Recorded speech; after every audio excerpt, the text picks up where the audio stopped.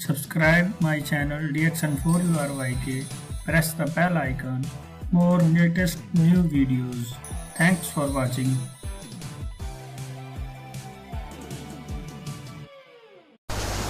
Ganoderma जो है लोगों की जिंदगी बदल रही है। कबीर ने बोला गैनोडर्मा लोगों की जिंदगी बदल रही है and it is true, very much true. आने वाले टाइम में बिस्तर पे पड़ जाऊंगा, but I was not worried. जिसका कोई हल ही नहीं है उसके बारे में चिंता क्यों करनी? वाई वरी अबाउट दैट जिसका सोल्यूशन नहीं है। उस मीटिंग में जब इस गैनोडर्मा के बारे में इंफॉर्मेशन दी गई, आई टुक इंटरेस्ट। इसके बारे में बहुत पढ़ा,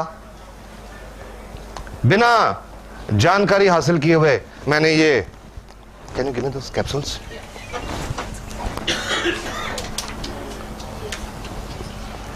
जब उस मीटिंग में बताया गया कि एक औरत को 5 साल से गठिया था, उन्होंने ये RGGL के कैप्सूल खाए और कुछ महीनों में चलने लगी, बहुत हैरान हुआ। ये सुन के बहुत हैरान हुआ, but I think I did a wise thing that day कि इस बात को रिजेक्ट नहीं किया। नॉर्मली क्या देखते हैं एलोपैथिक लोग, कुछ आज इतना एक्सपीरियंस हो गया उसके बावजूद एलोपैथिक डॉक्टर्स हर्बल में विश्वास नहीं करते। बट मैंने शायद यही एक वाइज डिसीजन लिया कि मैंने उस इंफॉर्मेशन को रिजेक्ट नहीं किया। ये नहीं कि ब्लाइंडली एक्सेप्ट कर लिया। वो स्पीकर जो उस मीटिंग में बोल रहे थे, उनको मैंने यही कहा कि मेरे को कुछ पढ़ने के लिए दीजिए, लिटरेचर दीजिए, गिव मी इंफॉर्मेशन। उन्होंने बहुत इंफॉर्मेशन दी। कुछ दिन पढ़ता रहा, वेबसाइट, बुक्स, लिटरेचर्स, और 6-7 दिन 8 दिन सब स्टडी करने के बाद मेरे को यह नहीं समझ आई कि इससे गठिया कैसे ठीक होगा। यह नहीं समझ आया। लेकिन एक बात समझ आ गई, पूरी तसल्ली कर ली एक बात पे, कि अगर मैं ये RGGL के कैप्सूल खाना शुरू करूं, ये मेरे को कोई नुकसान नहीं करेंगे। बस सिर्फ ये चीज समझ आई कि इसका कोई साइड इफेक्ट नहीं होगा। Will talk the question later on. सिर्फ ये बात पे तसल्ली की कि इससे कोई साइड इफेक्ट नहीं होगा, कोई नुकसान नहीं होगा।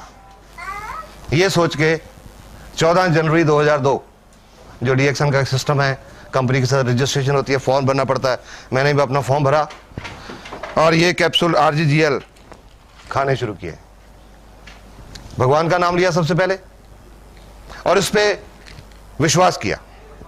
फेथ कहते हैं, विश्वास बहुत जरूरी होता है। बहुत लोग कहते हैं फलां डॉक्टर, उस डॉक्टर पे हमको इतना विश्वास है वो मिट्टी की पुड़ी भी देगा तो ठीक हो जाएंगे। विश्वास, इस पे विश्वास किया। और तीसरा, I gave a message to my mind कि मुझे अपाहिज नहीं होना, मुझे ठीक होना है।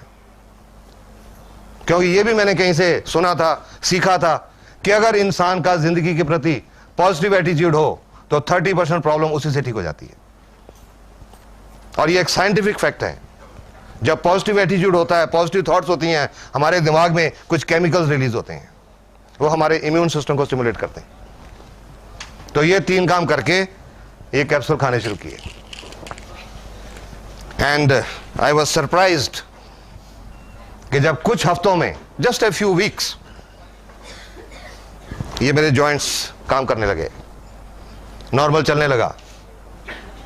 फिर मुझे लगा कि वाकई ये लोगों की जिंदगी बदलती है। उसके बाद इसके बारे में लोगों से बात करनी शुरू की, क्योंकि लगा इसमें बहुत सारे लोगों की प्रॉब्लम का हल हो सकते हैं। क्योंकि 30 साल की एलोपैथिक प्रैक्टिस में तो यही लगा था कि अगर डायबिटीज है तो सारी उम्र टीके लगते रहेंगे या गोलियां खाते रहेंगे, उससे शुगर का लेवल तो ठीक रहेगा, पर आने वाले टाइम में गुर्दे फेल हो जाएंगे, आने वाले टाइम में आंखें खराब हो जाएंगी, आने वाले टाइम में पैर में नाड़ियों में कोई प्रॉब्लम होगी, किसी के पैर कट भी जाएंगे। किसी को अस्थमा की प्रॉब्लम है तो चाहे वो अस्थमा का अटैक हो, टीका लग के ठीक हो जाएगा, लेकिन आने से रुकेगा नहीं। इसमें, इस प्रोडक्ट में ये नजर आया कि शायद प्रॉब्लम जड़ से ठीक हो सकती है। उस समय तो ये था शायद, क्योंकि उस समय मेरे सामने मेरा अपना ही रिजल्ट था और कोई रिजल्ट नहीं था। तो लोगों से मैंने बोलना शुरू किया। पेशेंट तो मेरे पास आते ही थे, क्रॉनिक पेशेंट्स। उनको बोलना शुरू किया कि आपको शुगर है, डायबिटीज है, ये RGGL खाओ।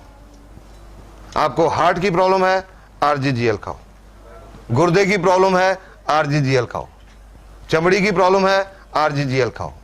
गठिया है, RGGL खाओ। कैंसर है, RGGL खाओ। हाई ब्लड प्रेशर है, RGGL खाओ। लो ब्लड प्रेशर है, RGGL खाओ।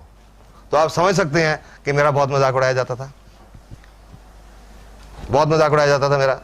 बहुत लोग ताने देते थे मेरे को, और कई तो मेरे दोस्त डॉक्टर्स, उन्होंने तो मेरे को ये भी कह दिया कि यार पुराना हम सुनते हैं आदमी सठिया जाता है, पर अभी तो तुम्हारी वो उम्र हुई नहीं, ये कैसी बहकी बहकी बातें करने लग गए कि एक ही प्रोडक्ट सब कुछ ठीक कर सकती है, एक ही दवाई सब कुछ ठीक कर सकती है। तो मैं उनको यही बात बोलता था कि आपके समझने में यही कमी है कि ये दवाई है, ये दवाई नहीं है। सिर्फ ये समझने की जरूरत है कि ये दवाई नहीं है। धीरे धीरे लोगों ने विश्वास करना शुरू किया, क्योंकि कॉन्फिडेंस था, कॉन्फिडेंस से बोलता था, because I had understood this product. विश्वास के साथ बोलता था, कॉन्फिडेंस के साथ बोलता था। धीरे धीरे लोगों ने विश्वास करना शुरू किया, इस्तेमाल करना शुरू किया, लोगों की प्रॉब्लम ठीक होने लगी। उन्होंने और आगे लोगों को बोलना शुरू किया, वो ठीक होते गए, और इस तरह करते करते ये लगभग 3.25 का सफल गुजर गया। और इन 3.25 सालों में जो सेटिस्फेक्शन मिली है, प्रोफेशनल सेटिस्फेक्शन, वो पहले 30 साल में नहीं मिली थी। I am saying this with confidence. अभी जस्ट अबाउट 1.5 months बैक, 1.5 महीना पहले, हरियाणा में एक जगह है असंध, वहां से एक पेशेंट आया मेरे पास, लगभग 41-42 साल का आदमी। उनको क्या प्रॉब्लम थी? पिछले लगभग 12-13 साल से बाईं टांग में खून की नाड़ी ब्लॉक थी। इसको मेडिकल भाषा में बोलते हैं, if any doctors are here, deep venous thrombosis, DVT, लगभग 11-12 साल से। और उसकी वजह से अल्सर्स हो जाते हैं, वीनस अल्सर्स। उस आदमी को पैर में, टांग में जख्म हो गए 1996 में, 1996। टांग के एक तो लोअर लेग फ्रंट में एक जख्म हुआ, और टखने के अंदर की साइड में, बाहर की साइड पे 3 जख्म हो गए। पहले लोकल उसके आसपास के छोटे मोटे डॉक्टरों की ट्रीटमेंट चलती रही, फिर डिस्ट्रिक्ट हॉस्पिटल में गए, रोहतक मेडिकल कॉलेज में गए, ऑल इंडिया इंस्टीट्यूट दिल्ली में आए, PGI चंडीगढ़ में गए। 9 साल तक उन अल्सर्स का ट्रीटमेंट होता रहा, पर वो अल्सर बढ़ता चला गया। और अभी जनवरी में 2 महीने पहले उनको बोला गया था एम्पुटेशन करनी पड़ेगी, टांग काटनी पड़ेगी, और वो कटवाने को तैयार हो गए कि 9 साल से तो देख रहे हैं कोई हल नहीं हो रहा। एम्पुटेशन के लिए तैयार हो गए। फरवरी में उनकी एम्पुटेशन होनी थी। उनके एक रिश्तेदार हैं, पटियाला में रहते, एक डॉक्टर हैं, वो भी मेडिकल ऑफिसर है पंजाब में, मेरे को जानते हैं, दोस्त हैं। उन्होंने उनको बोला कि टांग कटवाने से पहले एक बार आप पटियाला आ जाओ, जस्ट कम वंस। वो मेरे पास आए 1.5 महीना पहले, और जब उनकी जो पट्टियां बंधी हुई थी, जो पट्टियां खोली, जो टांग के नीचे जख्म था लगभग 3-3.5 इंच का, उसमें हड्डी नजर आ रही थी, कोई टिश्यू नहीं था। Tibia was clearly visible, no tissue, बिल्कुल मांस नहीं था उसमें। और टखने की अंदर की साइड में, बाहर की साइड में नर्व्स एंड टेंडन्स और विजिबल, नाड़ियां नजर आ रही थी, कोई टिश्यू नहीं था। जब पट्टी खोली तो वो मेरे से पूछने लगे, वो डॉक्टर, हाँ जी इसका क्या हो सकता है? आई टोल्ड हिम, 1 मिनट रुको। मैं घर गया, पहले जाके अपना कैमरा उठा के लाया, फोटो ली उनकी।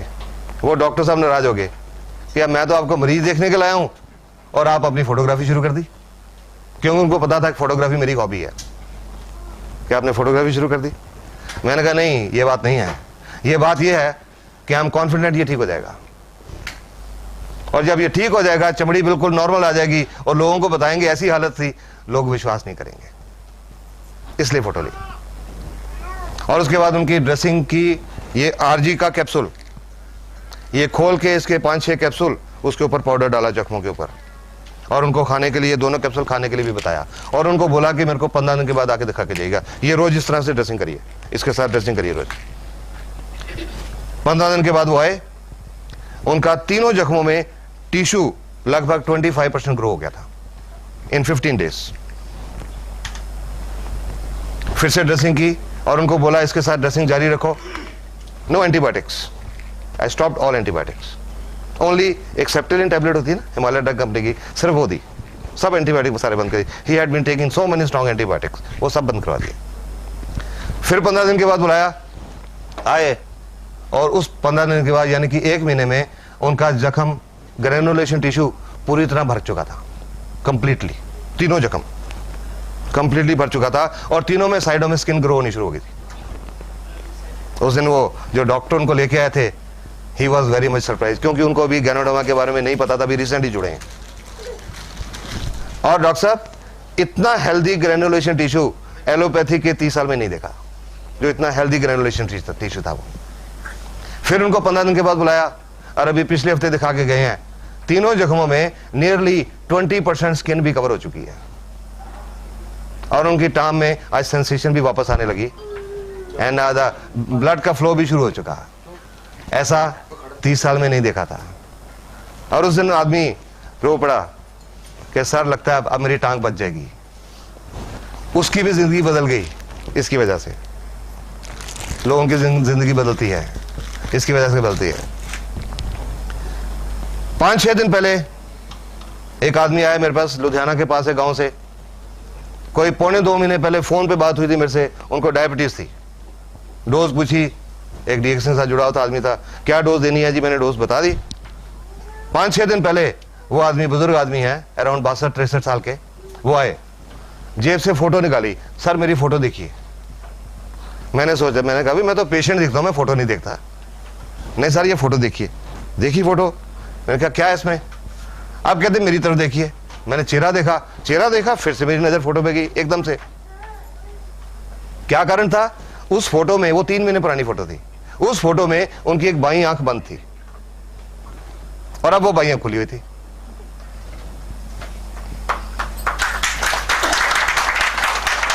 तो मैंने पूछा भाई ये क्या है, क्योंकि मैं तो उस पेशेंट की हिस्ट्री जानता नहीं था, सिर्फ फोन पे बात हुई थी कि जी फलां को शुगर है, कैसे शुरू करें।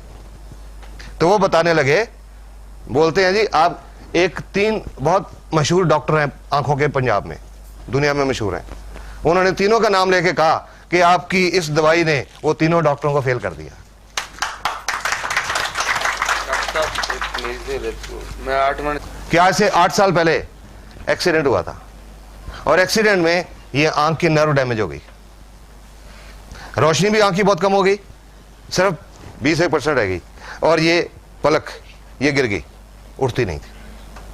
तो सब आंखों के डॉक्टर ने बोला कि ये नाड़ी आपकी डेड हो गई है, ये नहीं ठीक हो सकती सारी उम्र।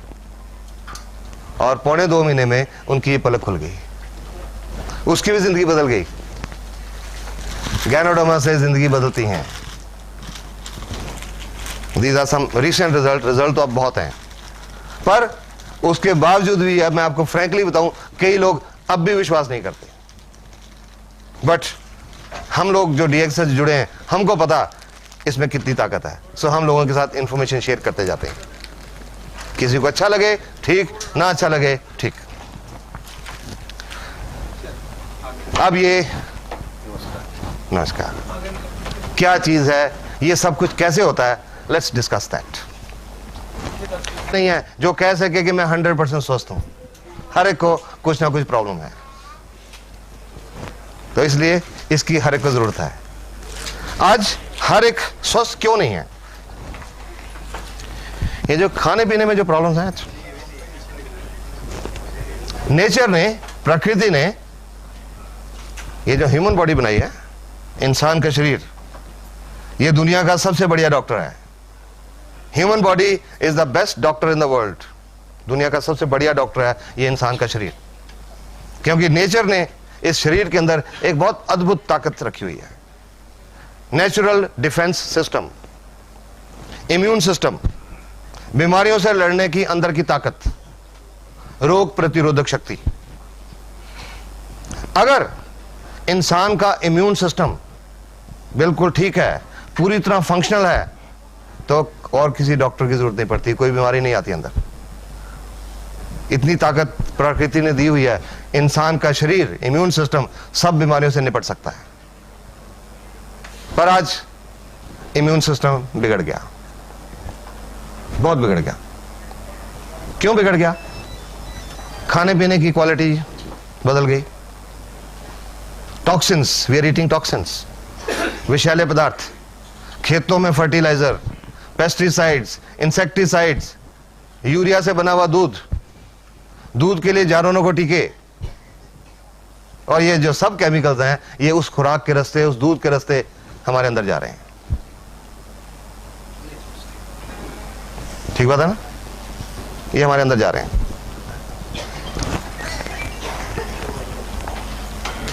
मुझे याद है 5-6 महीने पहले पंजाब में एक जगह पे ऐसी मीटिंग चल रही थी, और उस मीटिंग में एक पंजाब किसान यूनियन के एक प्रधान है, प्रेसिडेंट, वो बैठे हुए थे। अभी मीटिंग शुरू होने में 2-4 मिनट थे, तो वो मेरे साथ बैठे थे। मैंने उनके साथ थोड़ी डिस्कशन करनी शुरू कर दी। मैंने कहा जी आप बुजुर्ग हैं, आप सियासत में भी हैं, पॉलिटिक्स में भी हैं, बहुत आपकी जानकारी बहुत होगी, आप क्या मेरे को बता सकते हैं कि आज बहुत बीमारियां बहुत बढ़ रही हैं, वो क्यों बढ़ रही हैं? और वो पंजाब किसान यूनियन के प्रेसिडेंट वो बोलते हैं जी ये जो खेतों में हम जहर डाल रहे हैं, फर्टिलाइजर्स, खादें। तो मैंने कहा आपको इस बात का पता है? कहते हैं हाँ जी पता है। तो मैंने कहा आप तो प्रेसिडेंट हो पंजाब किसान यूनियन के, तो इसके बारे में आप कुछ स्टेप्स क्यों नहीं लेते? और जी मैंने बात की थी, मैंने फलान चीफ मिनिस्टर से बात की थी, फलान चीफ मिनिस्टर से बात की थी, वो सुनते ही नहीं। ये फर्टिलाइजर बनाने की नई नई फैक्ट्रियां लगाते जाते हैं। तो मैंने उनको बोला कि वो फैक्ट्रियां इसलिए लगाते हैं क्योंकि किसान उनको मांग रहा है। जब किसान कहेगा हमने खेतों में ये जहर यूज नहीं करना, तो वो फैक्ट्रियां कहां से लगेंगी? अपने आप बंद हो जाएंगी, बिकॉज डिमांड आ रही है, उससे पैदावार ज्यादा होती है, पैसा ज्यादा आता है, पर अल्टीमेटली वो जो जमीन है उसकी उपजाऊ शक्ति भी खत्म हो जाती है और सेहत तो खराब होती है, उसके बावजूद यूज हो रहे हैं। सॉफ्ट ड्रिंक्स के बारे में आप सब लोगों ने सुना होगा, 1-1.5 साल पहले बहुत रिपोर्ट्स आई थी सॉफ्ट ड्रिंक्स में कितने इंसेक्टिसाइड और कितने पेस्टिसाइड पाए गए। मेरे पास एक रिपोर्ट है, pesticides in soft drinks, hard facts. ये एक मेडिकल जर्नल की रिपोर्ट है, मेडिकल जर्नल, पंजाब का एक मेडिकल जर्नल है, current medical journal, north zone, August 2003। ये डॉक्टर्स की एक रिसर्च रिपोर्ट है। सॉफ्ट ड्रिंक से देखा गया है कि सॉफ्ट ड्रिंक्स इंसान के शरीर को एक तरीके से नहीं कई तरीकों से हानि पहुंचाते हैं। हमारे शरीर में एक लेवल होता है पीएच लेवल, नॉर्मल होता है 7 पीएच पे हमारा बॉडी ठीक से काम करता है।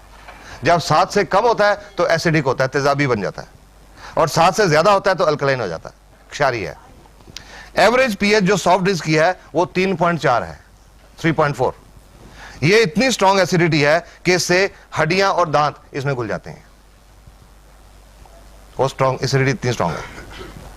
सॉफ्ट ड्रिंक्स में कोई न्यूट्रिशनल वैल्यू नहीं होती, कोई विटामिन नहीं होते, कोई मिनरल्स नहीं होते, और फिर उसमें जो हम लोग पीते हैं सॉफ्ट ड्रिंक्स को, शेल्फ से उठा के तो पीते नहीं, सबसे ठंडा। जब बाजार से खरीदने भी जाते हैं कि वो जो फ्रीजर में सबसे ठंडा पड़ा हुआ वो देना, ठंडा मतलब कोका कोला वो देना।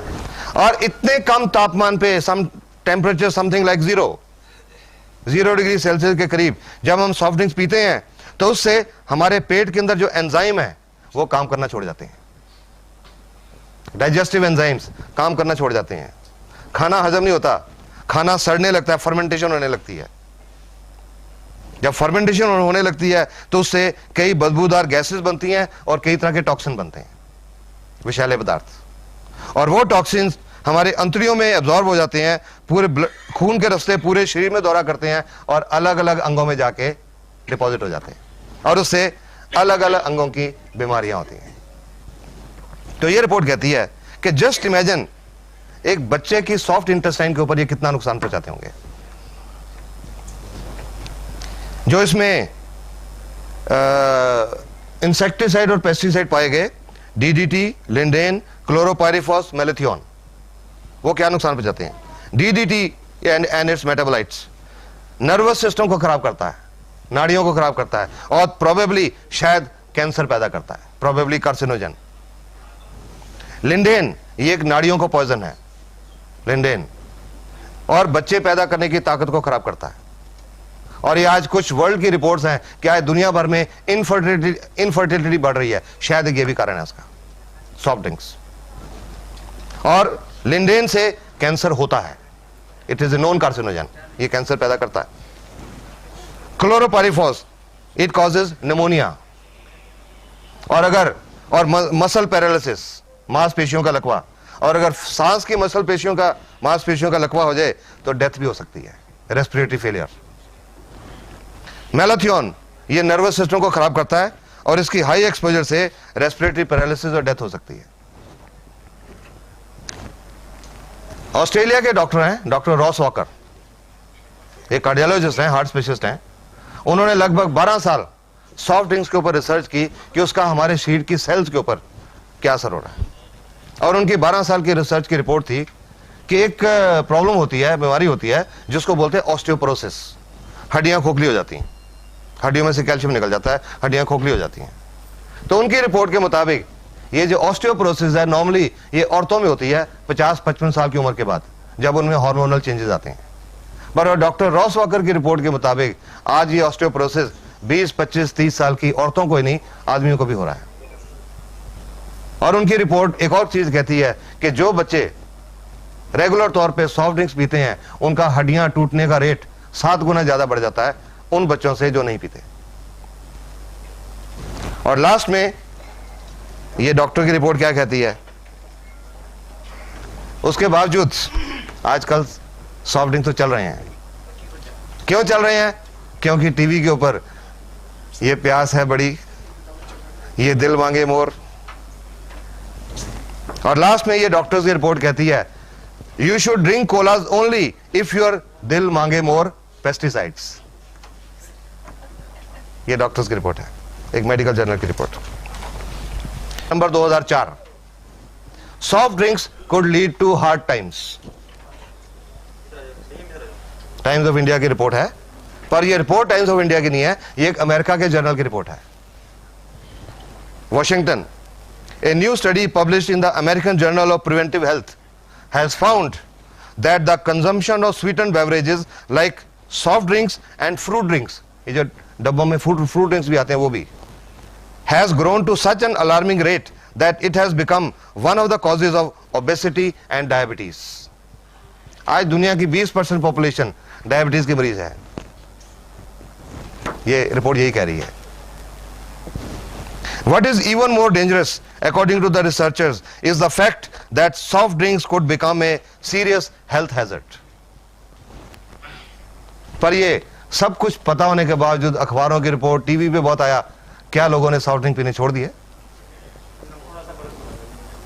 हाँ, फर्क पड़ा क्योंकि उन्होंने कीमत 10 रुपए से 6 रुपए कर दी। उन्होंने इसीलिए कर दी कि कई लोग पीना ना बंद कर दें, तो लोगों ने अरे अब तो सस्ता हो गया, पी सकते हैं। We are harming ourself, हम खुद अपने आप को नुकसान पहुंचा रहे हैं। Sunday Tribune Chandigarh 20 June 2004, parrots die after consuming jamun. जामुन खा के बहुत सारे तोते मर गए। जामुन में क्या प्रकृति ने कोई जहर डाला हुआ है कि वो खाने से तोते मर गए? ये मर गए इंसान के लालच की वजह से। ये पंजाब में एक जगह फरीदकोट है, वहां की एक रिपोर्ट है। वहां पे एक जो जामुन का जो फार्म था, जहां पेड़ थे, जिन लोगों के पास उसका ठेका था वो इंतजार नहीं कर सके, क्योंकि जो प्रकृति ने चीज बनाया कि फल लगेगा, फल पकेगा, उसके बाद उतार के बाजार में पहुंचेगा। पर उसके ठेकेदार वेट नहीं कर सके कि कब फल पकेगा, कब उतारेंगे, कब बाजार जाएगा, कब पैसा आएगा। उन्होंने क्या किया, उन जामुनों के ऊपर कुछ केमिकल स्प्रे कर दिए, केमिकल्स, जल्दी पक जाए, जल्दी पैसा आ जाए। पर फॉर्चुनेटली वो मार्केट तक पहुंचने से पहले बहुत सारे तोतों ने खा लिए और वो तोते मर गए। इंसान को एक लेसन सिखा के गए कि क्या कर रहे हो आप अपनी सेहत के साथ। We tested your lunch, 10 markets, 3 cities. Mumbai is the worst. Indian Express 13 October 2003, the poisoning of Mumbai. Delhi का बताता हूँ। इसमें ऐसा होता है, लेड एक हैवी मेटल होता है। आजकल जो हम फास्ट फूड जो खाने खाते हैं उनमें लेड की मात्रा जो है उसके बारे में बताते हैं। Delhi 2 to 16 times above European standards.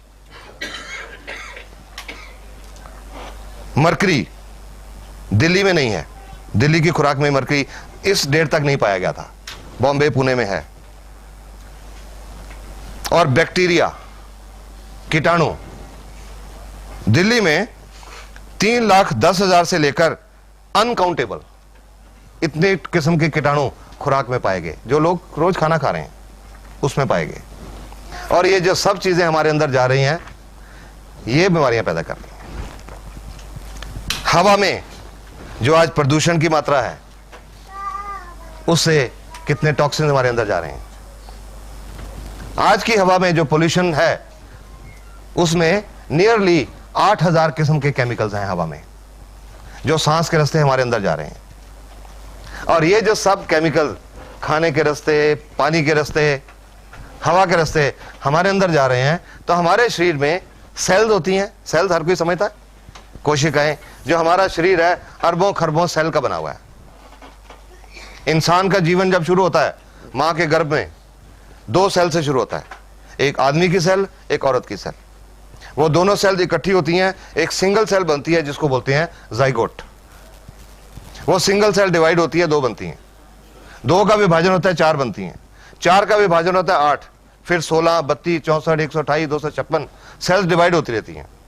और जब बच्चा 9 महीने और 7 दिन के बाद पैदा होता है तो उसके शरीर में अरबों खरबों सेल्स होती हैं।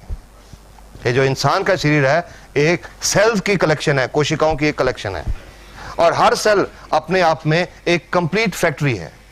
उसके अंदर बिजली का करंट जनरेट होता है और केमिकल जनरेट होते हैं।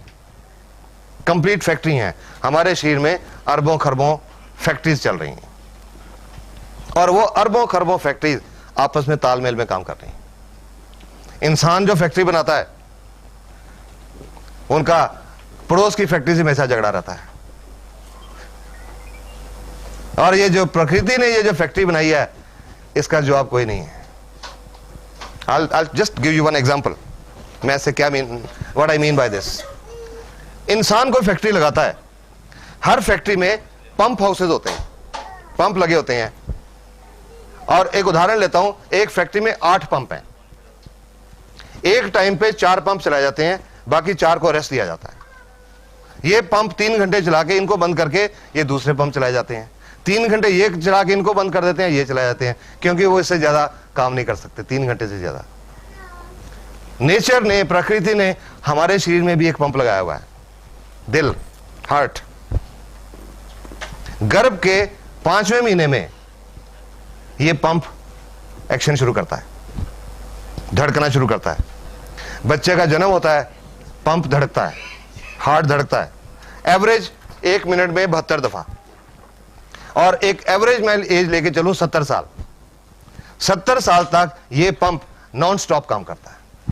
कभी किसी मैकेनिक की जरूरत नहीं पड़ती, कभी किसी तरह की रिपेयर की जरूरत नहीं पड़ती, non stop.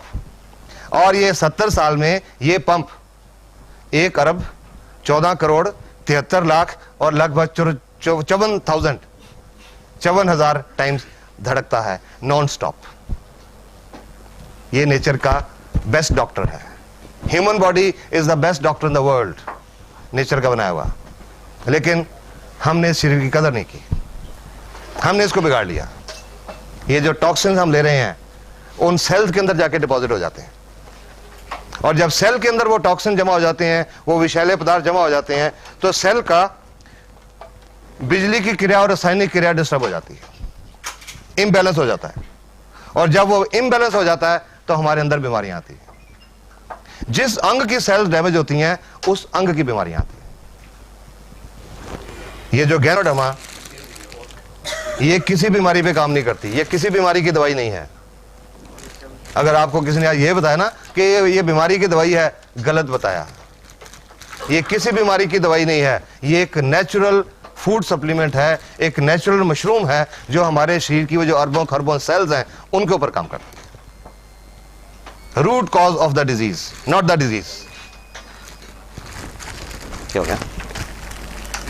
Anybody can tell me? आप मैडम बताएंगे? आप बताएंगे? जनरली 2-3 किस्म की, वो सफेद वाली गोल बटन मशरूम, एक वो छतरी वाली oyster mushroom.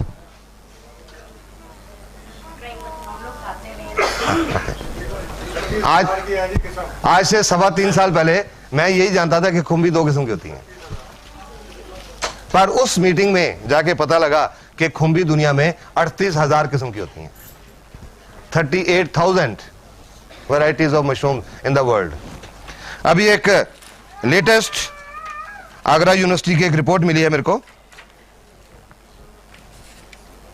Agriculture people can tell better. Yes, वो अभी रिपोर्ट पता है। उस रिपोर्ट के मुताबिक खुम्बी दुनिया में 67,000 किस्म की होती हैं, 67,000। उन 67,000 में से या 38,000 में से ये एक किस्म की खुम्बी है, एक मशरूम है, नेचुरल मशरूम। मैंने इसका नाम 7 जनवरी 2002 को जिंदगी में पहली बार सुना था, कुछ नहीं जानता था ये क्या है। आज इसके बारे में बहुत कुछ जान गया, लेकिन इसकी हिस्ट्री नहीं चलता। गैनोडर्मा चीन में इस्तेमाल हो रही है। चीन के वैद्य हकीम ट्रेडिशनल चाइनीज मेडिसिन, TCM बोलते हैं इसको, ट्रेडिशनल चाइनीज मेडिसिन में इसको 5000 साल से इस्तेमाल किया जा रहा है और लगभग हर बीमारी के उनके पास रिजल्ट है। एक आदमी हुआ चीन में जिसका नाम है शेन नोंग।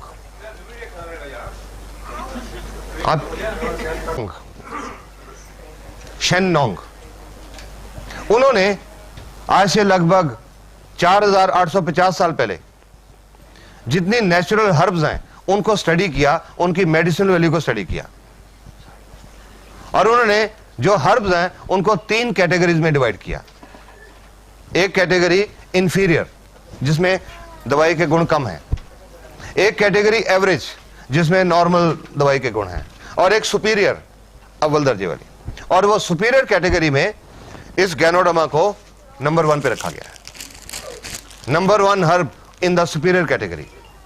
उन्होंने किताब लिखी थी 4846 साल पहले, 2838 BC में, शेन नोंग्स हर्बल क्लासिक।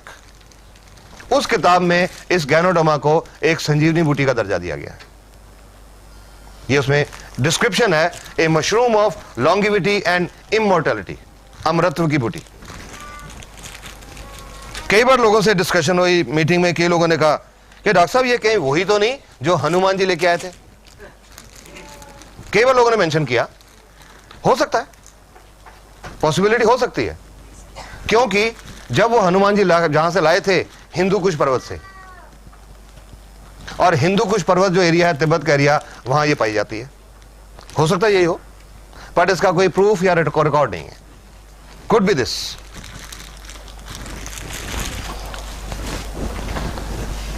तो वो जो किताब है शेन नोंग्स हर्बल क्लासिक, आज से लगभग 100 साल पहले दुनिया की नजरों में आई, अलग अलग भाषाओं में उसकी ट्रांसलेशन हुई, तो पूरी दुनिया ने गैनोडर्मा के ऊपर रिसर्च करना शुरू किया। और पिछले 30-32 साल से पूरी दुनिया में बहुत सारे medical school, medical universities, medical research institute इसके ऊपर बहुत रिसर्च कर चुके हैं और इसके गुणों को पहचान चुके हैं। गैनोडर्मा में अब तक जो रिसर्च हुई है, 200 से ज्यादा एक्टिव एलिमेंट्स ढूंढे जा चुके हैं, पाए जा चुके हैं। अब ये इंसान तक कैसे पहुंची? नेचर में ये बहुत दुर्लभ जाति की मशरूम है, बहुत दुर्लभ, बहुत घने जंगलों में पाई जाती है। दुनिया के सिर्फ 3-4 countries, China, Japan, Korea, little bit Malaysia, little bit south American countries, वहां पाई जाती है। और उन देशों में बहुत घने जंगलों में पाई जाती है। उन घने जंगलों में टूटे हुए और सूखे हुए पेड़ों के ऊपर पाई जाती है, हर पेड़ के ऊपर नहीं। 2 किस्म के पेड़ होते हैं, प्लम सराटा, प्लम ग्यूरकस, उन 2 पेड़ों के ऊपर पाई जाती है। और ये जो 2 किस्म के पेड़ हैं, प्लम सराटा, ग्यूरकस, हर पेड़ के ऊपर नहीं उगते। अगर 10,000 पेड़ ढूंढे जाएं तो गैनोडर्मा उनमें शायद 2 या 3 के ऊपर मिलती है। और इसमें एक और खासियत होती है, जब ये गैनोडर्मा खुम्बी 90 दिन की होती है, इसमें दवाई वाले गुण तब आते हैं, उससे पहले नहीं होते। जब 100 दिन की होती है, पूरी मैच्योर होती है, दवाई वाले गुण इस पे पूरे भरपूर होते हैं। उसके बाद ये सूखनी शुरू हो जाती है और इसमें दवाई के गुण खत्म हो जाते हैं। तो इन कारणों की वजह से नेचर में इसको ढूंढ पाना बहुत मुश्किल है। अभी पिछले 2-3 साल में मैंने बहुत सारे चाइनीज लिटरेचर पढ़े गैनोडर्मा के कारण। तो उन कई लिटरेचर में पढ़ा मैंने कि पुराने जमानों में लोग जंगलों में भटकते थे इस गैनोडर्मा को ढूंढने के लिए, क्योंकि उनको लोगों का मानना था कि जिस घर में ये गैनोडर्मा होगी उस घर में किसी तरह की कोई प्रॉब्लम नहीं आ सकती, ना हेल्थ की प्रॉब्लम ना वेल्थ की प्रॉब्लम, ये लोगों का मानना था। इसको लोग इसमें एक स्पिरिचुअल पावर मानते हैं, आम आदमी तक नहीं पहुंच सकती। पर ये एक आदमी हुए, ये फोटो देख रहे हैं, doctor Lim Sojan, I will show you here. Lim Sojan ये चाइनीज मलेशियन है, मलेशिया में रहने वाले हैं, एक खानदानी वैद्यों के परिवार से संबंध रखते हैं। बचपन से इनको कुछ खुंबी में दिलचस्पी हो गई। जब ये बड़े हुए तो इनके घर वालों ने कहा कि ये वैदगिरी में नहीं पढ़ने वाले, इनका इंटरेस्ट नहीं है। इनको इंजीनियरिंग कॉलेज में डाल दिया इंडिया में, खड़गपुर, IIT खड़गपुर। वहां से इन्होंने सिविल इंजीनियरिंग की डिग्री की और सिविल इंजीनियरिंग की डिग्री करके जब मलेशिया वापस गए तो इन्होंने भी वो शेन नोंग वाली किताब पढ़ी। मशरूम में उनको इंटरेस्ट था बचपन से। जब उन्होंने गैनोडर्मा के बारे में इतना कुछ पढ़ा तो उन्होंने अपनी जिंदगी का ये मकसद बना लिया और गैनोडर्मा के ऊपर रिसर्च करनी शुरू की। उनकी रिसर्च का विषय था गैनोडर्मा और उसका इंसान के स्वास्थ्य के ऊपर असर। 10.5 साल तक डॉक्टर लिम सोजिन रिसर्च करते रहे और 10.5 साल की रिसर्च के बाद वो डॉक्टर बने।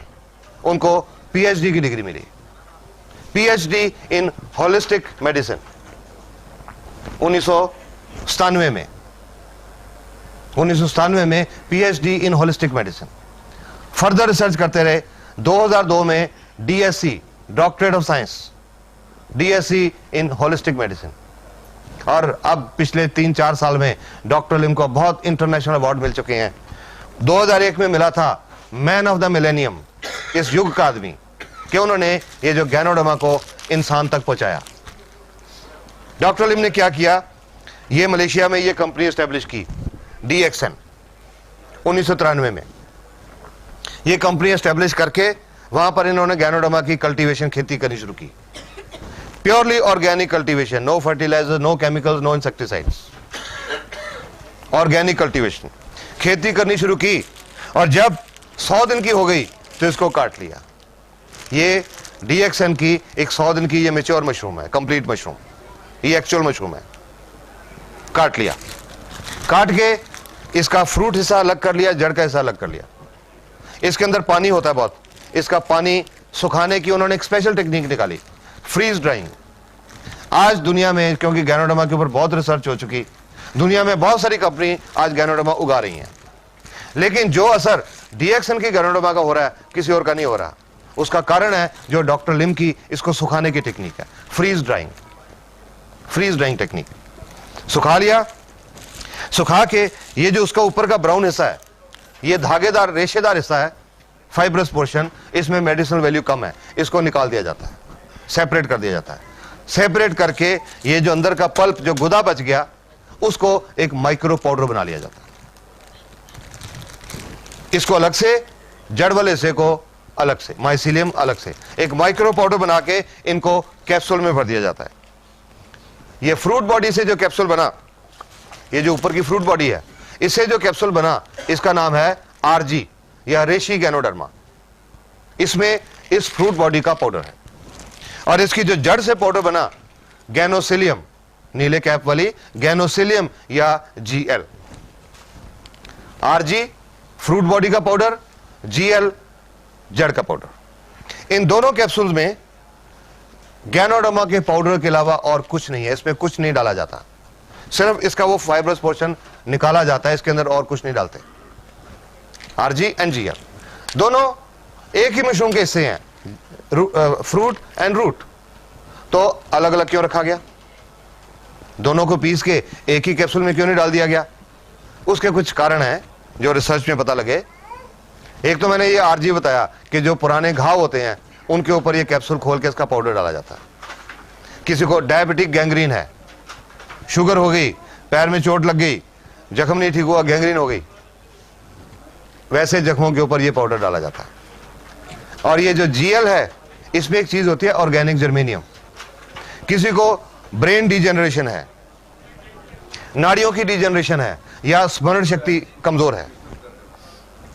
है, उसके लिए यह ज्यादा यूज किया जाता है। आरजी एंड जीएल अलग अलग यूजेस होने की वजह से अलग अलग कैप्सूल रखे गए, लेकिन जनरली दोनों को मिला के इकट्ठा ही खाया जाता है। चल नहीं होता रहने तो मैं मार्कर यूज कर लेता हूं।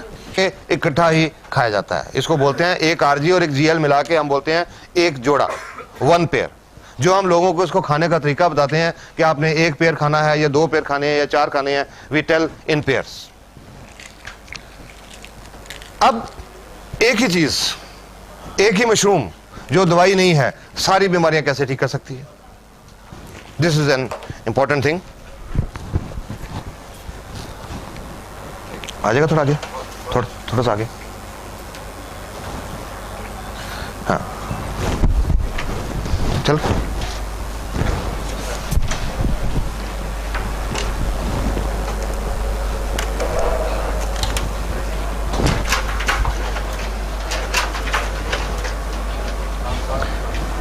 It works at the cell level, जो तो मैंने आपको बताया, Ganoderma works at the cell level.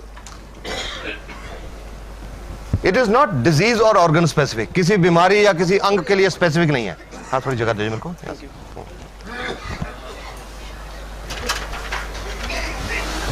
अब क्या काम करती है और कैसे काम करती है? How does ganoderma work?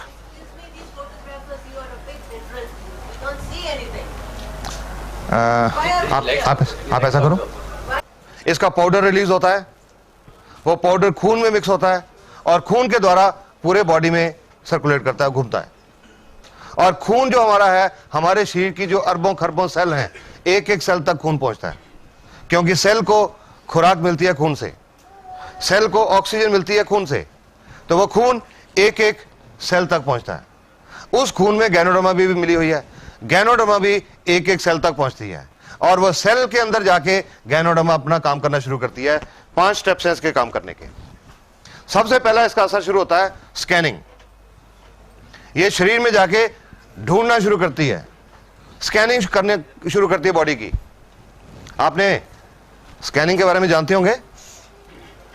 किसी का पेट दुखता है, डॉक्टर साहब के पास जाते हैं कि डॉक्टर साहब पेट दर्द होता है, डॉक्टर साहब दवाई लिख के देते हैं 5 दिन खाओ। मरीज ने 5 दिन दवाई खाई, वापस आ गया कि डॉक्टर साहब दर्द ठीक नहीं हुआ। डॉक्टर साहब ने दोबारा चेक करके और एक और दवाई लिख दी, 5 दिन ये खाओ। फिर 5 दिन के बाद मरीज वापस आ गया कि डॉक्टर साहब दर्द तो ठीक नहीं हुआ। तो डॉक्टर साहब कहते हैं भाई आपकी बीमारी समझ नहीं आ रही, ऐसा करो स्कैन करा के लाओ, अल्ट्रासाउंड स्कैन, पेट का अल्ट्रासाउंड करा के लाओ, हम ढूंढें कि बीमारी क्या है। कोई मरीज बेहोश हो जाता है, अस्पताल में डॉक्टर के पास लेके जाते हैं, डॉक्टर साहब को बीमारी समझ नहीं आती, तो मरीज के रिश्तेदार को क्या बोलते हैं? स्कैन, सीटी स्कैन, दिमाग का स्कैन करा के लाओ, हम ढूंढें बीमारी क्या है।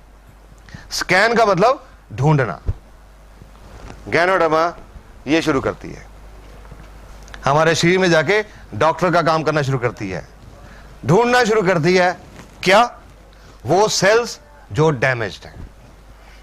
क्यों डैमेज्ड हैं? उनके अंदर हम जो टॉक्सिन खा पी रहे हैं वो जमा हो गए और उसकी वजह से उनका जो बिजली और रासायनिक क्रिया डिस्टर्ब होगी। उन सेल्स को गैनोडर्मा ढूंढना शुरू करती है। 1 दिन से लेकर 30 दिन तक इसका रेंज है काम करने का, स्कैनिंग का।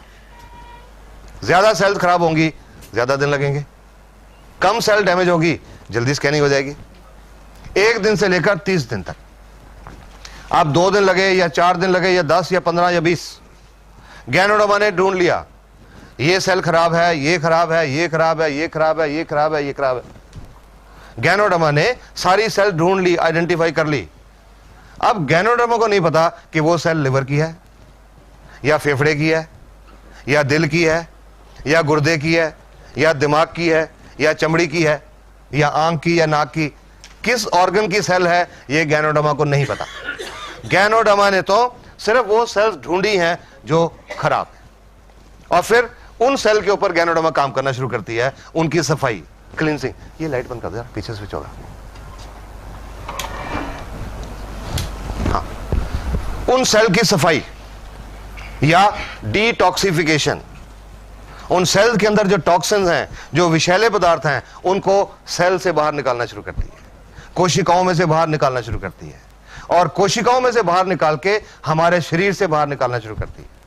शरीर से बाहर कैसे निकालती है? जो प्राकृतिक रास्ते हैं निकलने के, पेशाब के रास्ते या पसीने के रास्ते या बलगम के रास्ते या नाक के नजले के रास्ते या आंख में आंसुओं के रास्ते या उल्टी के रास्ते या दस्त के रास्ते या कोई चमड़ी पे फोड़े फुंसी होने के रास्ते, जो नेचुरल रास्ते हैं, उन रास्तों से ये टॉक्सिन शरीर से बाहर निकलना शुरू करते हैं।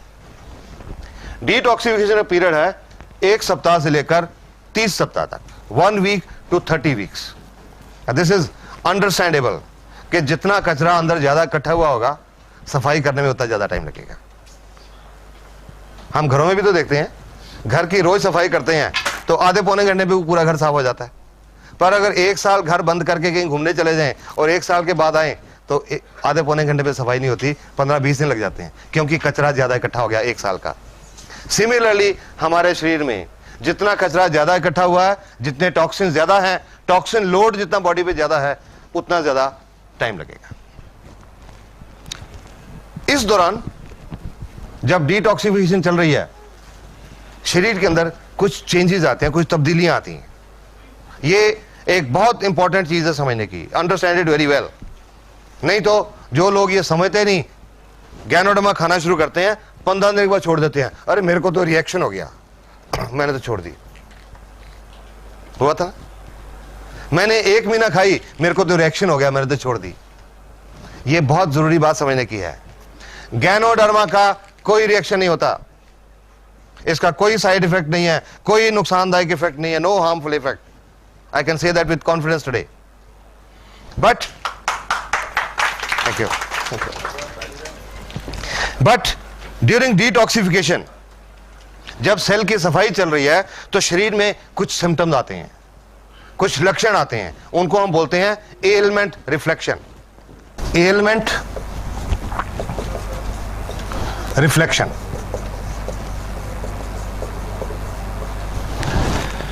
जो शरीर के अंदर बीमारी है, जो एलमेंट है, वो किसी रूप में बाहर आती है, किसी रूप में रिफ्लेक्ट करती है। Ailment reflection. कुछ उदाहरण बताता हूं आपको। किसी का लिवर खराब है, जिगर खराब है, जब गैनोडर्मा लिवर की सेल के ऊपर, जिगर की सेल के ऊपर काम करना शुरू करती है, उनकी सफाई शुरू करती है, आंखें लाल हो जाती हैं। आज कई मरीज देख चुका है, अजी क्या दे दिया आपने, मेरी तो देखो आंखें खराब हो गई। शुरू में मेरे माताजी ने भी मेरे को यह कहा था।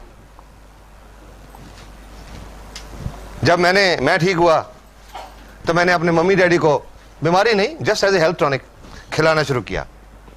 वो खिलाने के लगभग 20-22 दिन के बाद एक दिन मेरे माताजी ने सुबह मेरे को उठा दिया 6 बजे, ये देख मेरे को क्या दे दिया, तेरी दवाई ने आंखें खराब कर दी, रिएक्शन कर दिया तेरी दवाई ने, क्या दे दिया मेरे को आंखों के डॉक्टर के पास लेके चला। आज देखा मैंने, आंखें बहुत लाल थी, दे वर फायरी रेड, बहुत लाल थी। अब आंखें लाल क्यों है मुझे पता था, गैनोडर्मा के बाद आंखें लाल क्यों होती हैं, something wrong with the liver. फिर मैंने अपनी माताजी की पुरानी हिस्ट्री सोची सारी, 30-32 साल की। 30-32 साल से मेरे माताजी को पेट में थोड़ा दर्द रहता था और कॉन्स्टिपेशन, कब्ज रहती थी। बड़े अल्ट्रासाउंड, बड़े एक्सरे, बड़ी दवाइयां, बड़े मेडिकल स्पेशलिस्ट, ये प्रॉब्लम हल नहीं हुई। तो मैंने माताजी को कहा कि डॉक्टर्स आपकी बीमारी नहीं पहचान सके, आज गैनोडर्मा ने पहचान ली।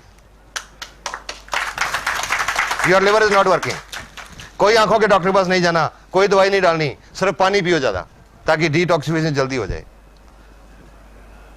चुप करके बैठ गए और उसके 10-12 दिन के बाद उनकी आंखों की लाली हट गई, और उसके बाद जब तक वो रहे उनको कॉन्स्टिपेशन, पेट की प्रॉब्लम नहीं रही। This is how ganoderma works.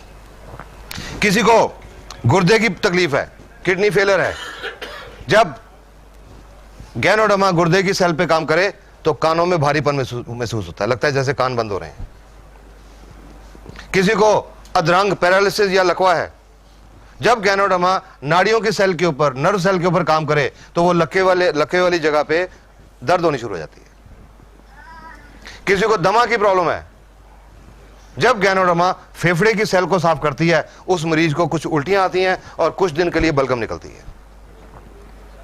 किसी को दिल की बीमारी है, हार्ट की आर्टरीज ब्लॉक्ड हैं, नाड़ियां बंद हैं, जब गैनोडर्मा उनको साफ करना शुरू करती है, चेहरे के ऊपर सेक निकलता महसूस होता है, गर्मी महसूस होती है, कईयों का चेहरा लाल भी हो जाता है। किसी का ब्लड प्रेशर ज्यादा रहता है, हाई ब्लड प्रेशर, उनको सिर के पिछले हिस्से में ऊपर दर्द होता है। जिनका ब्लड प्रेशर कम रहता है, उनका सिर के पिछले हिस्से नीचे दर्द होता है। जिनको सर्वाइकल स्पॉन्डिलोसिस की प्रॉब्लम है, उनको चक्कर महसूस होते हैं। जिनको माइग्रेन, आधा सिर दुखता है, उनका दर्द थोड़ा सा ज्यादा होता है। जिनको जोड़ों का दर्द है, गठिया है, दर्द थोड़ा ज्यादा होता है। जिनको बवासीर की प्रॉब्लम है, उनको खून आता है मोशन के साथ। जिनको शुगर की प्रॉब्लम है, शुगर का लेवल थोड़ा सा बढ़ता है, नथिंग टू वरी, थोड़ा सा बढ़ता है, ज्यादा नहीं। और अगर शुगर वालों के किसी के अंदर के ऑर्गन भी डैमेज है, किडनी फेलर है, आंखों की प्रॉब्लम है या कुछ और है, उनके ये कलाई के ऊपर, रिस्ट के ऊपर या टखने, एंकल के ऊपर सूजन भी आती है। All these are positive science. ये सब पॉजिटिव साइन है। इसका मतलब है गैनोडर्मा ने बीमारी पहचान ली और काम करना शुरू कर दिया। लगभग महीना 1.5 महीना पहले मेरे को एक औरत का फोन आया। लगभग 4 महीने पहले उनकी कुछ प्रॉब्लम थी जो अल्ट्रासाउंड में भी शो हो रही थी। गुर्दे में एक 36 mm की एक रसौली थी, सिस्ट, एक गुर्दे में। उनकी ओवरी, अंडकोश, उसमें एक 3 सेंटीमीटर की एक सिस्ट थी। और उनके यूट्रस में, बच्चादानी में, एक 8 mm का फाइब्रॉइड था, रसौली। उन्होंने उसके लिए गैनोडर्मा की ट्रीटमेंट शुरू की। और ये शुरू करने के लगभग 2-2.5 महीने के बाद एक दिन मेरे को उनका फोन आया, और डॉक्टर साहब आपकी दवाई ने तो गड़बड़ कर दी। मैं कह जी कौन सी दवाई? मैंने तो कोई दवाई दी नहीं आपको। वो जी वो जो आपके कैप्सूल हैं। मैं जी दवाई नहीं है, वो टॉनिक है। अच्छा जो भी है, उसने गड़बड़ कर दी। मैंने कहा क्या हुआ? जी कल मेरे को बहुत दस्त लगे शाम को, और आज सुबह खून भी आया साथ में। मैंने रात को भी नहीं खाई, सुबह भी नहीं खाई, खराब कर दिया इसने। मैंने तो उनको एक ही क्वेश्चन पूछा कि आपको कोई पुरानी बवासीर की शिकायत तो नहीं है? वो तो जी 10 साल से है। मैं कहा गैनोडर्मा वही दिखा रही है कि आपके अंदर वो भी है। इसके लिए कुछ नहीं करना, 1-2 दिन में ठीक हो जाएगा। उसके बाद फोन नहीं आया। उसके बाद लगभग 1 महीने के बाद वो औरत अपना फरवरी के महीने का अल्ट्रासाउंड करा के लाई। पहला सितंबर का था, फरवरी का अल्ट्रासाउंड। उस अल्ट्रासाउंड रिपोर्ट के मुताबिक जो ओवरी में सिस्ट थी वो अब नहीं थी, जो यूट्रस में फाइब्रॉइड था वो अब नहीं था, और गुर्दे में जो 36 mm की सिस्ट थी वो अब 20 mm रह गई थी। About 3.5 months।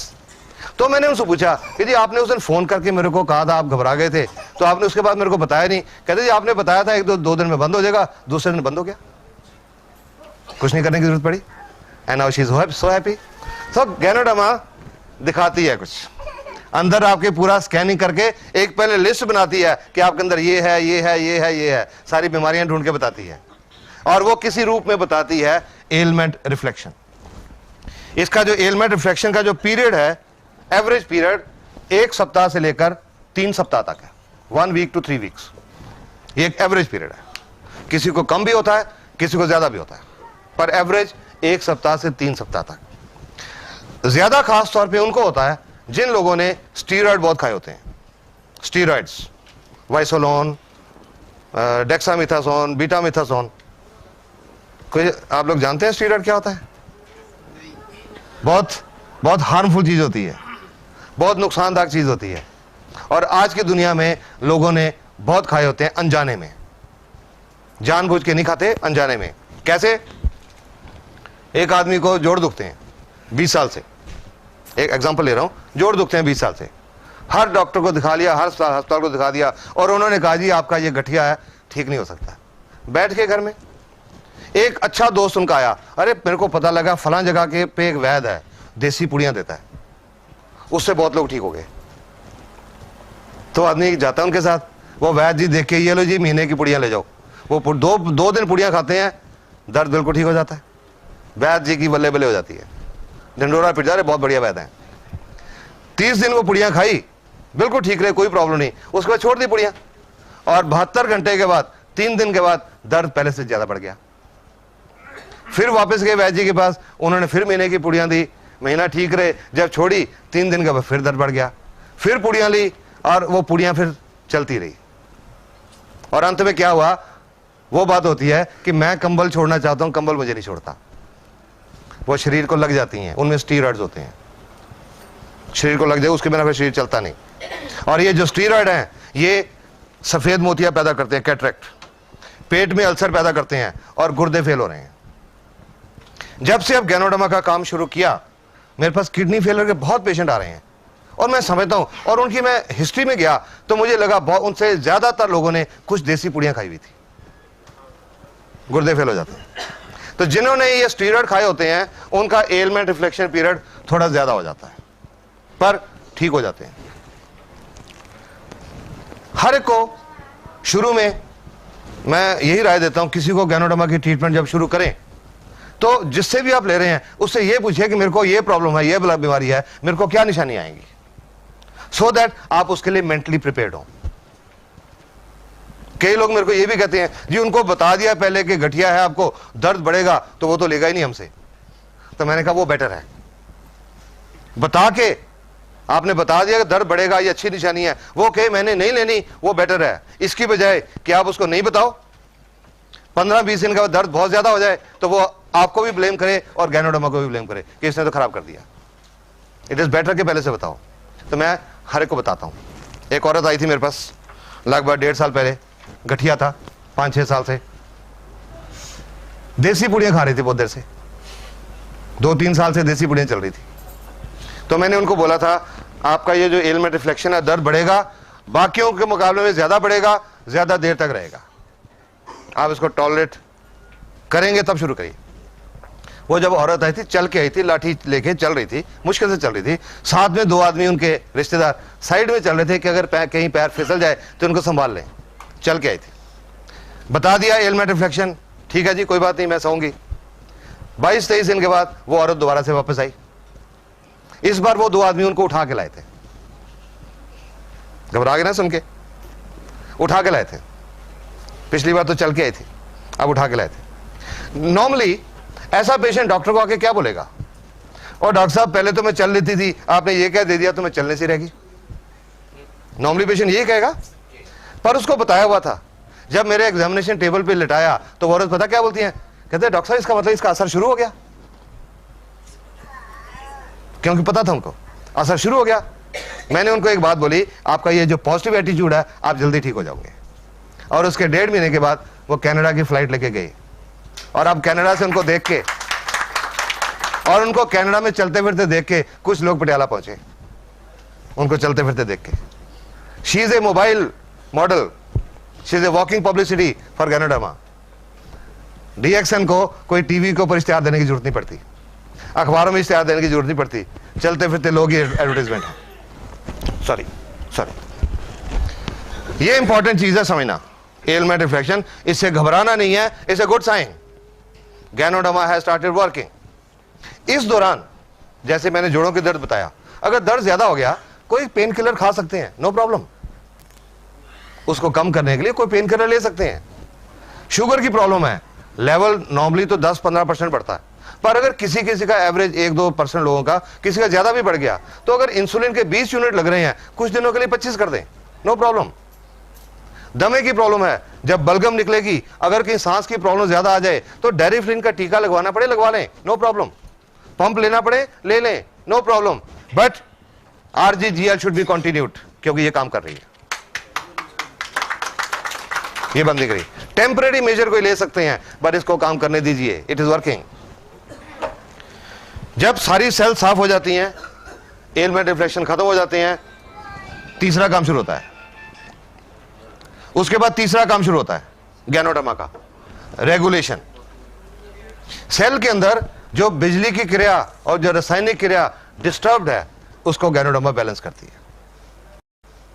जो सेल ओवर एक्टिविटी कर रही हैं उनको कम करती है, जो अंडर एक्टिविटी कर रही हैं उनको एक्टिवेट करती है। It balances the body cells, bio electric and biochemical function. और जब उनका फंक्शन बैलेंस हो जाता है, जो बॉडी की सेल्स हैं वो नॉर्मल काम करने लग जाती हैं। जब सेल नॉर्मल काम करने लग जाती हैं, स्कैनिंग होकर सेल ढूंढ ली गई उसके अंदर जो टॉक्सिन्स है, हार्मफुल मटेरियल्स, केमिकल्स, वो साफ कर दिए गए। सेल की फंक्शनिंग बैलेंस हो गई, सेल नॉर्मल हो गई, नॉर्मल फंक्शन करना शुरू कर दिया। तो जिस ऑर्गन की वो सेल है, उस ऑर्गन की बीमारी ठीक होनी शुरू हो जाती है। चाहे वो लिवर की सेल है, चाहे वो दिल की सेल है, चाहे गुर्दे की है, चाहे पेट की है, चाहे आंख की है, चाहे चमड़ी की है, उस अंग की बीमारी ठीक होनी शुरू हो जाती है। चौथा काम शुरू होता है building phase, reconstruction of the damage cells. जब सेल ने नॉर्मल काम करना शुरू कर दिया तो सेल्फ रिपेयर स्टार्ट होती है, सेल अपने आप को रिपेयर करना शुरू करती है, रिकंस्ट्रक्शन। और उसके बाद रीजेनरेशन। जो सेल्स हमारे शरीर में सोई पड़ी हैं, सुस्त पड़ी हैं, not working up to the mark, उनको गैनोडर्मा एक्टिवेट करती है, रीजेनरेट करती है, पुनरुत्पत्ति करती है। और ये जब 5 प्रोसेस पूरी हो जाती हैं, 100% हमारे शरीर की सेल नॉर्मल हो जाती हैं, जो नेचुरल वे में काम करने लग जाती हैं। और जब 100% नॉर्मल हो जाती हैं, काम करने लग जाती हैं, तो हमारे शरीर का सोया हुआ डॉक्टर जाग पड़ता है। Immune system becomes functional, fully functional. और जब वो इम्यून सिस्टम फंक्शनल होता है, सोया हुआ डॉक्टर जाग जाता है, और वो अंदर का डॉक्टर बीमारियां ठीक करता है। Because human body is the best doctor in the world. Ganoderma किसी बीमारी को ठीक नहीं करती, ये किसी बीमारी की दवाई नहीं है, ये तो हमारे अंदर के सोए हुए डॉक्टर को जगाने का एक टॉनिक है। It is a health tonic, not a medicine. हमारे शरीर के बिगड़े हुए सिस्टम को ठीक करती है, बीमारियां अपने आप ठीक हो जाती हैं। हर चीज का एक रेंज है। स्कैनिंग 1 दिन से लेकर 30 दिन तक, कितना टाइम लगेगा डिपेंड करेगा कितनी सेल खराब है। डिटॉक्सिफिकेशन 1 सप्ताह से 30 सप्ताह, टॉक्सिन लोड कितना बॉडी में, बैलेंस करने को 1 महीने से 12 महीने, डिपेंड करेगा बैलेंस कितना बिगड़ा हुआ है। रिकंस्ट्रक्शन 6 महीने से 24 महीने, पुनर्निर्माण 6 महीने से 24 महीने। I'll give you a layman's example, probably you will understand। बारिश आती है, जब कोई कच्ची दीवार है, दीवार गिर जाती है। अगर दीवार का सिर्फ 2 फुट का हिस्सा गिरा तो उसको दोबारा बनाने में शायद 2-3 घंटे लगेंगे। पर अगर बारिश ज्यादा, पूरी दीवार गिर गई, तो बनाने में ज्यादा टाइम लगेगा, पुनर्निर्माण ज्यादा टाइम लगेगा। 6 महीने से 24 महीने तक डिपेंड करता है रिकंस्ट्रक्शन कितनी करने की जरूरत है, पुनर्निर्माण कितना करने की जरूरत है। एंड रीजेनरेशन 1 साल से 3 साल तक कि हमारा सिस्टम शरीर का कितना बिगड़ा हुआ है, उसको बैलेंस करने में गैनोडर्मा को कितना टाइम लगेगा। किसी पेशेंट के लिए गैनोडर्मा की ट्रीटमेंट का कोई फिक्स पीरियड नहीं होता। हम किसी को यह नहीं बता सकते कि आपको दमा है, आपको 6 महीने लगेंगे, आपको हार्ट प्रॉब्लम है, आपको 8 महीने लगेंगे, आपको शुगर है, आपको साल लगेगा, किसी को नहीं बता सकते। हर एक बॉडी अलग अलग तरीके से काम करता है। एक दमे का मरीज 18 दिन में ठीक हो गया था, 22 साल से दमा था, 18 दिन में पूरा ठीक हो गया था, मैं हैरान हो गया देख के। और एक और दमे की पेशेंट आई थी मेरे पास, 4 साल से दमा था, उनको 7 महीने लगे थे। बॉडी कैसे रिस्पॉन्ड करता है, हर चीज के प्रति हमारे शरीर का रिस्पॉन्स क्या है, उस पर डिपेंड करेगा कि टाइम कितना लगता है। एवरेज जो पीरियड है ज्यादातर बीमारियों का, आप 3 साल का जो एक्सपीरियंस है, 6-7 हजार जो पेशेंट देख चुका हूं, मेरा जो एक्सपीरियंस है, ज्यादातर बीमारियों के लिए 6 महीने से 12 महीने का टाइम लगता है। ज्यादातर 60 to 70% 6 महीने से 12 महीने में ठीक हो जाती है। किसी को ज्यादा भी लगता है, किसी को कम भी लगता है। पेड़ होते हैं प्लम सराटा, प्लम ग्यूरकस एग्जांपल है। I will just tell you, ये डीएक्सन की मैगजीन आती है। हर आदमी जब डीएक्सन को ज्वाइन करता है, उसका फॉर्म भरा जाता है, एक उसको बैग मिलता है, बैग के अंदर एक फॉर्म होता है जिसको बोलते हैं testimonial form. DXN is so confident अपनी प्रोडक्ट के बारे में, इनको यकीन है ठीक हो जाएंगे, तो वो टेस्टिमोनियल फॉर्म है कि जब आप ठीक हो जाएं, आप ये फॉर्म भर के भेजिएगा कि आपका नाम क्या है, उम्र कितनी है, एड्रेस क्या है, आपको क्या तकलीफ थी, कब गैनोडर्मा खानी शुरू की, क्या डोज खाई, अब कैसे हैं। तो वो लोग अपने लेटर भेजते हैं, वो इस मैगजीन में पब्लिश होता है, वो रिपोर्ट यहां पब्लिश होती है। ये एक दुबई की रिपोर्ट है।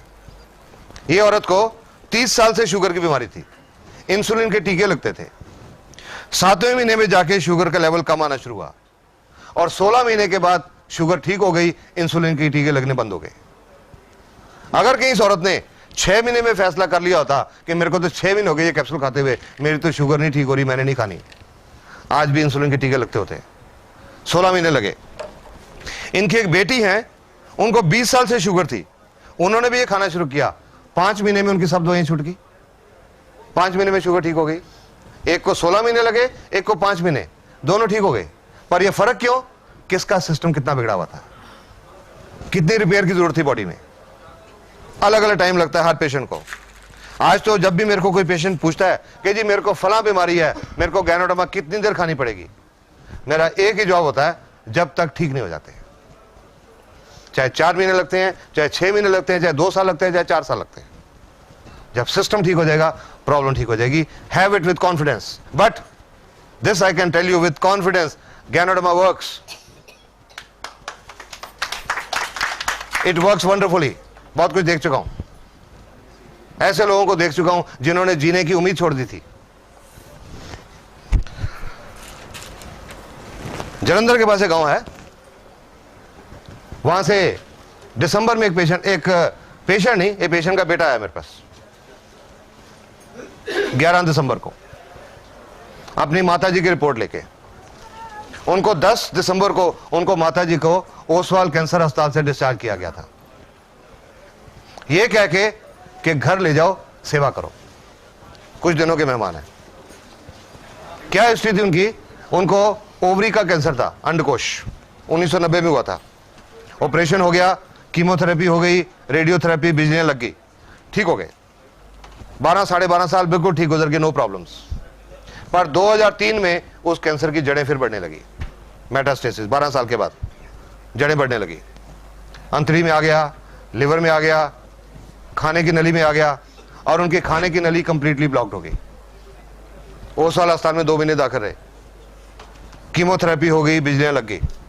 वो जो ट्यूब होती है रबड़ की, खाना देने के लिए सिरिंज से जो दूध पिलाते हैं, वो ट्यूब लगा दी गई, और 10 दिसंबर को डिस्चार्ज किया गया, घर ले जाओ, सेवा करो।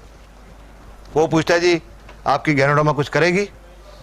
मैंने कहा जी इनका तो बहुत बड़ा हुआ है, आई डोंट थिंक कुछ हो सकता है, पर आप फिर भी उनको दो कि एक टॉनिक है, उनके पास जितने दिन बचे हैं वो ठीक ठाक गुजरने हैं, दर्द थोड़ी कम हो जाए। कैंसर के पेशेंट का जो अंत होता है बहुत दर्दनाक होता है कि रोज के 3-3 4-4 टीके लगाने पड़ते हैं, शायद वो कम हो जाए। शुरू किया उन्होंने लगभग 1-1.25 महीने के बाद। उससे पहले एक बार जलंधर में गया था, वो औरत दिखाने भी आई थी, मिली थी मेरे को।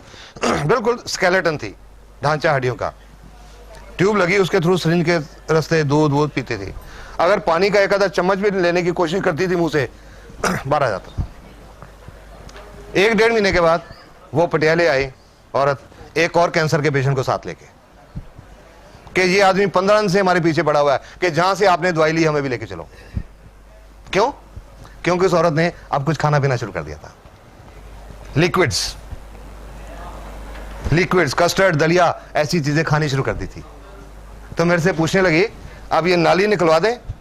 मैंने कहा भी नहीं, जब तक आप कुछ सॉलिड्स नहीं खाने लगते तब तक नहीं। एंड आई एडवाइज देम कि रोटी लेके छोटे छोटे टुकड़े करके दाल में भिगो के 1-1, 2-2 चम्मच खाने की कोशिश करो।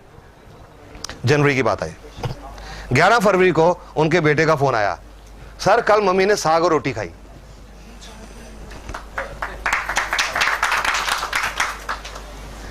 इंसिडेंटली मुझे 13 फरवरी को जलंधर जाना था एक शादी अटेंड करने। I felt so happy. मैंने उसको कहा अपने गांव का रास्ता बताओ, मैं तुम्हारे गांव में आना चाहता हूं। और उनके गांव में गया। उस औरत की एक सिस्टर कनाडा से आई थी लास्ट टाइम उनको मिलने के लिए। उनकी एक ननद न्यूयॉर्क से आई थी उनको लास्ट टाइम मिलने के लिए। और अब वो देख रहे हैं अब तो गुरपाल कौर शहर में घूम रही हैं। उन्होंने उस गुरुद्वारे में एक अखंड पाठ कराया। 27 फरवरी को बुलाया गया मेरे को, और जो रिस्पेक्ट मिली वो पहले 30 साल के मेडिकल करियर में नहीं मिली थी।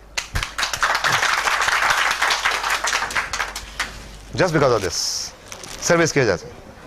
वही आदमी हूं, वही डॉक्टर हूं जो आज से 3-3.25 साल पहले था, वही MBBS डॉक्टर।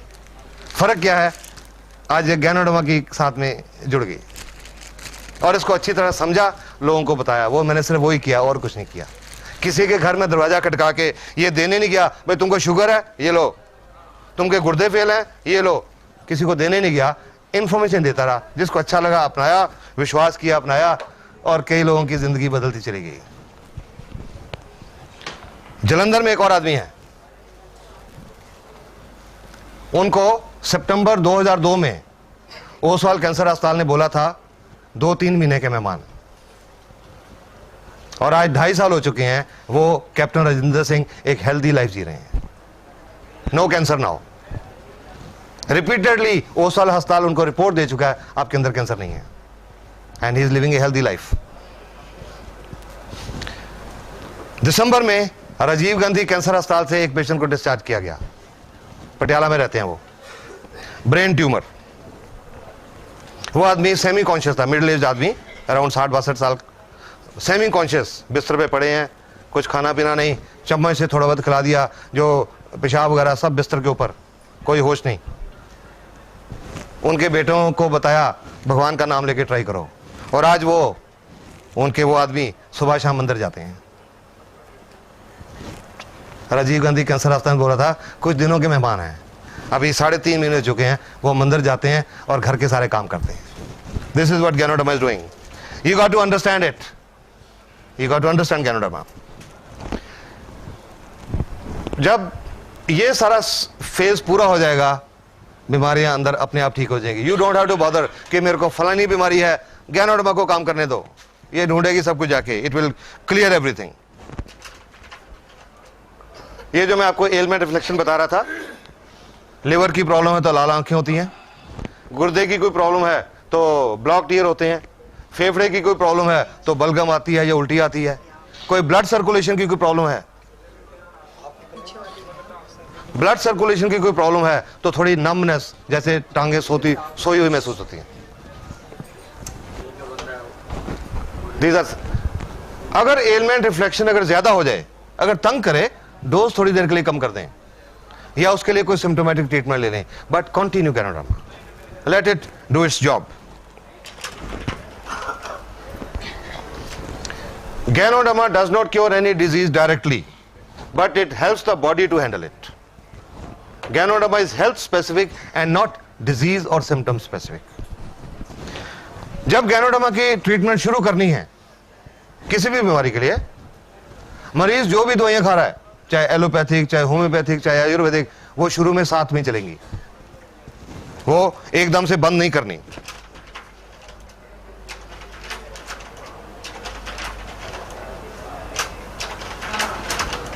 वो एकदम से बंद नहीं करनी।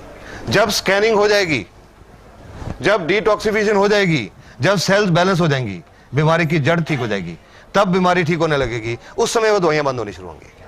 आफ्टर दिस फेज 1 महीने में बंद होती हैं, 4 महीने में बंद होती हैं, साल में बंद होती हैं, 1.5 साल में बंद होती हैं, वो किसी को नहीं बता सकते। जब सिस्टम ठीक होगा तब बंद होगी, शुरू में वो साथ में चलेंगी। उन दवाइयों के साथ गैनोडर्मा की कोई इंटरेक्शन नहीं है, कोई प्रॉब्लम नहीं है, क्योंकि ये एक फूड सप्लीमेंट है, दवाई नहीं है। It is a health tonic. अब इसकी आपको डोज बताऊं मैं।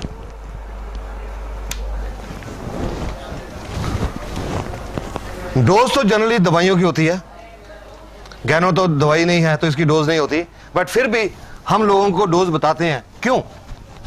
कि अगर किसी का इम्यून सिस्टम कम डिस्टर्ब्ड है तो कम डोज पे आराम आ जाएगा, अगर ज्यादा डिस्टर्ब्ड है, ज्यादा प्रॉब्लम है, तो ज्यादा टाइम लगेगा, ज्यादा डोज लेनी पड़ेगी और ज्यादा टाइम लगेगा।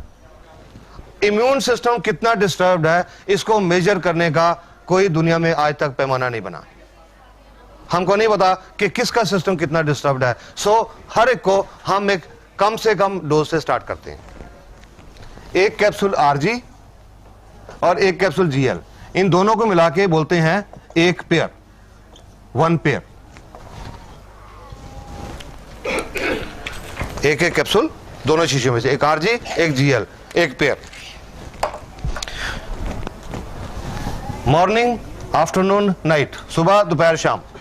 पहले हफ्ते एक पेयर सुबह के टाइम, दोपहर को नहीं, रात को नहीं, एक पेयर सुबह के टाइम, प्रेफरेबली खाना खाने से पहले, खाना खाने से आधा घंटा पौना घंटा पहले प्रेफरेबली।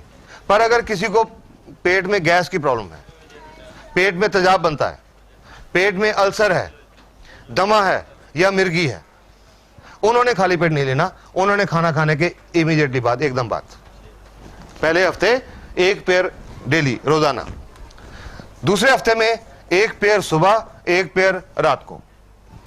तीसरे हफ्ते में एक पेयर सुबह, एक दोपहर, एक रात को। चौथे हफ्ते में 2 पेयर सुबह, 2 रात को। पांचवें हफ्ते में 2 पेयर सुबह, 2 दोपहर, 2 रात को।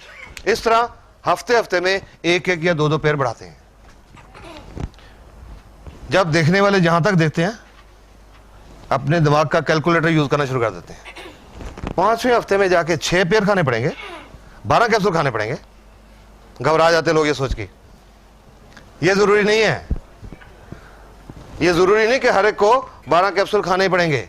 ये तो सिर्फ डोज बढ़ाने का तरीका है। कब तक बढ़ानी है? जब तक उस मरीज को जो भी प्रॉब्लम है, जब तक वो ठीक नहीं हो जाती। और जब कैसे पता लगेगा मरीज को कि उसके ऊपर इसने असर करना शुरू कर दिया? जब उस मरीज के अंदर उस बीमारी के मुताबिक जो एलमेंट रिफ्लेक्शंस हैं वो आ जाएंगे। जिस डोज पे, अगर लिवर की प्रॉब्लम है तो जिस डोज पे आंखें लाल हो जाएंगी। अगर शुगर की प्रॉब्लम है तो जिस डोज पे शुगर का लेवल राइज करेगा। अगर गुर्दे की प्रॉब्लम है तो जिस डोज पे कानों में भारीपन आएगा, वो डोज उस पेशेंट के लिए सही डोज है। कई लोगों में ये एलमेंट रिफ्लेक्शन पहले हफ्ते की डोज में आ गए, एक पेयर की डोज पे, उनको आगे बढ़ाने की जरूरत नहीं पड़ी, इसी पे कंटिन्यू करते हैं। किसी को 2 पे, किसी को 3 पे।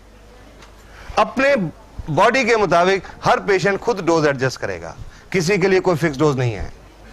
हर अपनी बॉडी के मुताबिक डोज एडजस्ट करेगा, और जो भी डोज एडजस्ट होती है तब तक खाते रहना जब तक ठीक नहीं होती। अब कई लोग ये सोच के कि जी 8 महीने लगेंगे, कई बार हेजिटेट करते हैं, क्योंकि आज का पेशेंट बहुत इम्पेशेंट है। आज का तो मरीज है, वो सोचता है कि मेरा जो प्रॉब्लम है, आज डॉक्टर ने दवाई लिखी, कल तक आराम आना चाहिए, नहीं आया तो दूसरे दिन आज आदमी डॉक्टर चेंज कर लेता है। दूसरे दिन किसी दूसरे डॉक्टर की दवाई, आराम नहीं आया तो तीसरे दिन तीसरा डॉक्टर। आज का पेशेंट इतना इम्पेशेंट हो चुका है।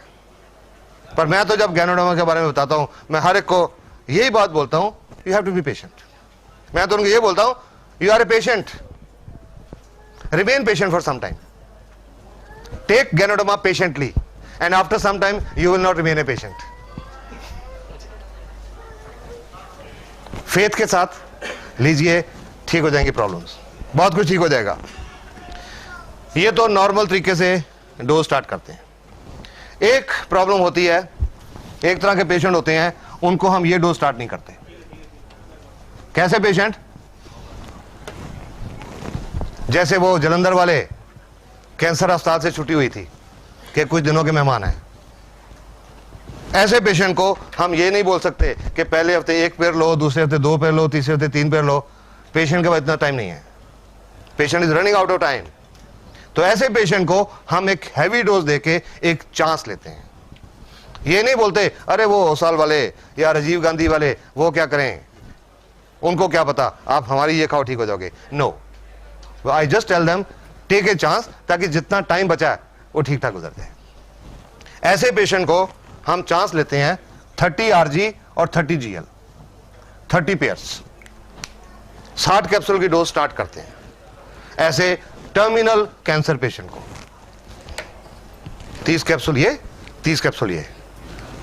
अब वो कैंसर का पेशेंट ऐसा, उसके जो रिश्तेदार, मैं बड़े लोगों को फेस कर चुका हूं, जब बताता था ये लेनी है, डॉक्टर साहब 60 कैप्सूल, मैं कहता हाँ जी, आई एम श्योर। मेरी बातें तो सुन के अच्छा जी चले जाते, बट आई एम श्योर मेरे क्लिनिक के बाहर जाके वो बातें करते होंगे कि डॉक्टर का दिमाग खराब हो गया।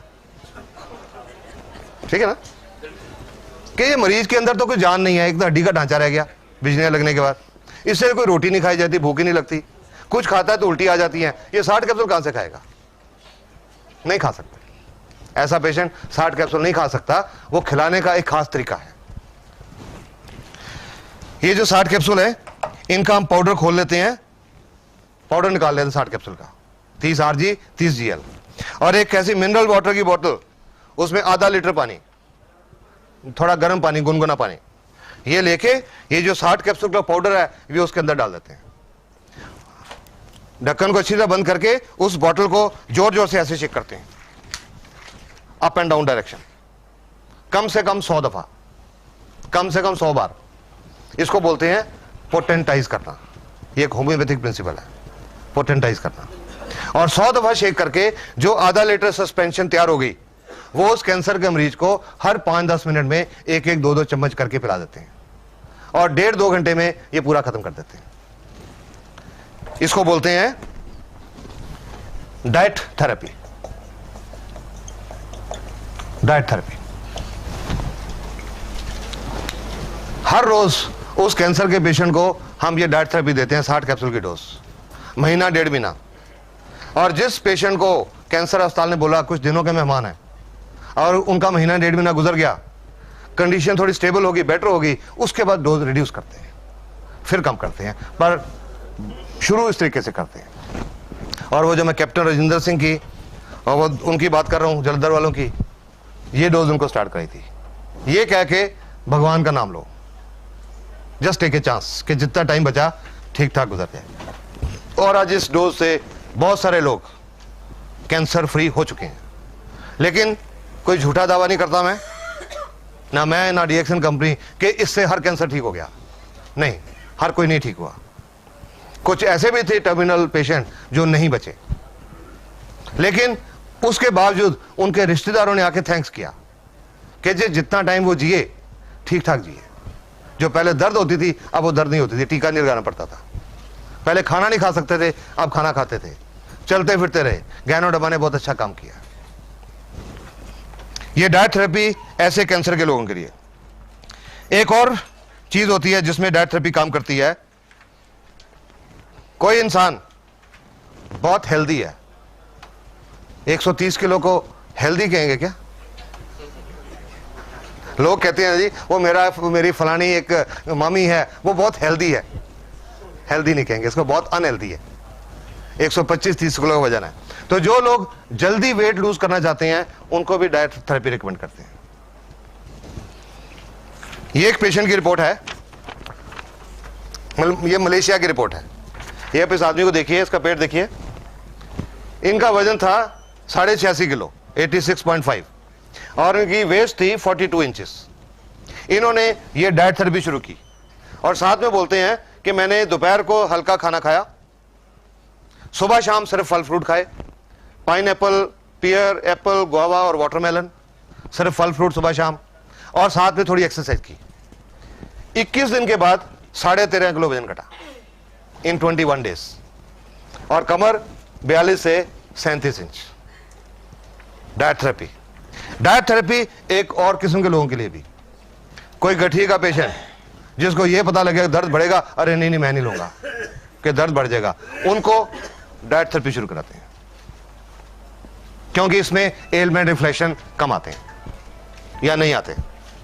ऐसे लोगों को भी डाइट थेरेपी शुरू करते हैं। सब ये जो तैयार करते हैं ये कितने टाइम तक ठीक रहता है? 1.5-2 घंटा बस, उससे ज्यादा नहीं। उससे ज्यादा ये जब हम इससे ऐसे हिलाते हैं ना, इसमें एक बड़ी डायनेमिक पावर पैदा होती है। ये जो क्या होता है, पानी के अंदर कुछ जो पानी के कण होते हैं, इनको बोलते हैं MC, molecular clusters. Molecular clusters, जो पानी, आम पानी का जो साइज होता है मॉलिक्यूल्स का 13 से 15 एमसी पर क्यूबिक मिलीलीटर। जब ये करते हैं वो 13 से 15 की बजाय 2-3 हो जाता है, उनकी एब्जॉर्प्शन सेल में बढ़ जाती है, और 2 घंटे के अंदर वो डायनेमिक पावर रहती है, उसका खत्म हो जाती है। सपोजिंग कोई पेशेंट है, उसने भी आधा पिया, नहीं पिया गया 2 घंटे में, तो 2 घंटे के बाद इसको फिर से हिला लो, फिर 100 बार फिर हिला के फिर से वो पैदा करके फिर 1.5-2 घंटे में खत्म कर दो। ऐसा भी कर सकते हैं, लाइक दैट। 1-1.5 महीना डेली, एवरी डे। सर ये जो Every day. पेशेंट है जिसका ओवरवेट था, तो इसको कितना डोज, ये तो हैवी है ना, इसके लिए ये इतना ही डोज देना चाहिए इनको? किसके लिए? जो एक्सेस वेट है, हाँ। जैसे 86 kg है, हाँ। फॉर एग्जांपल Okay, मेरे ब्रदर का है, हाँ। और उनको जोड़ों पे भी दर्द है, उनको नॉर्मल 1-2-3 से शुरू कराओ। वो पैर बढ़ाएं, हाँ, उसी से बढ़ाओ। तो उसी से एक पटियाला में एक औरत है, उनको गठिया है, उनको एक ही पैर स्टार्ट किया था, उन्होंने एक पैर बढ़ाया ही नहीं, 2 महीने तक एक ही पैर रहते रहे। 2 महीने में उन्होंने 8 किलो वजन लूज कर दिया, सिर्फ एक पैर से। अब उनका गठिया भी ठीक है और अब उनका वो भी ठीक है। हाँ जी, जनरली अगर पेयर ना बढ़ाए पहली डोज पे ही चलता रहे तो कब तक चलना है? क्या होता है? पेयर ना बढ़ाए जाए और हाँ। एक ही डोज पे चलता रहे। हाँ हाँ, ये भाई साहब ने पूछा कि सपोजिंग हम पेयर नहीं बढ़ाए, सपोजिंग पेयर नहीं बढ़ाए, सुन रहा हूँ मैं सुन रहा हूँ, मैंने देख भी लिया है। आप बहुत बातें सुन रहे हो, 8 महीने से मैं पेड़ खा रहा हूँ, पता है मेरे को कि सपोजिंग डोज नहीं बढ़ाए, जैसे वो 1 2 3 की बोलते हैं, अगर आदमी एक ही पेड़ लेता रहे तो क्या असर, एक ही पेड़ कह रहे हैं ना, सुबह असर होगा। वैसे तो एक पेड़ की डोज हम उनको बताते हैं जिनको कोई प्रॉब्लम नहीं है, सिर्फ अपनी हेल्थ मेंटेन करने के लिए, ठीक है। तो अगर कोई बीमारी है तो हमको कम से कम 2 या 3 पेड़ की डोज तो चाहिए। सपोजिंग वो नहीं भी बढ़ाता, एक ही पेड़ लेता रहता है, तो उसके अंदर जो प्रॉब्लम है, जो 3 की पेड़ से मान लो 8 महीने में ठीक होती है, एक लेता है तो 2 साल लग जाएंगे, टाइम बढ़ जाएगा। वैसे उससे कोई फर्क नहीं पड़ता, थोड़ा टाइम ज्यादा लग जाएगा। लिए चाह रहा हूँ जैसे मैं ठीक हूँ हाँ। और शुरू करूँ तो एक बार हाँ, okay, yes, yeah for gaining same way go up to 3 pairs. एक बड़ा इम्पोर्टेंट क्वेश्चन है। हाँ जी, It's a very question. Yes, How do we believe and why do we believe you that you are not giving us any steroids? Is it approved by any organization? Since you say that you got so many examples, has it been approved by WHO or anybody before we all start going ahead? Thank you, sir. Yeah. Thank you. no, it's a very valid question. It's a very valid question, and this question must be answered. Must be answered. Otherwise, we don't want to keep people in the dark. We are layman. Yeah, we don't Steroid for us. we don't want to keep the people in the dark. Okay. I'll just tell you.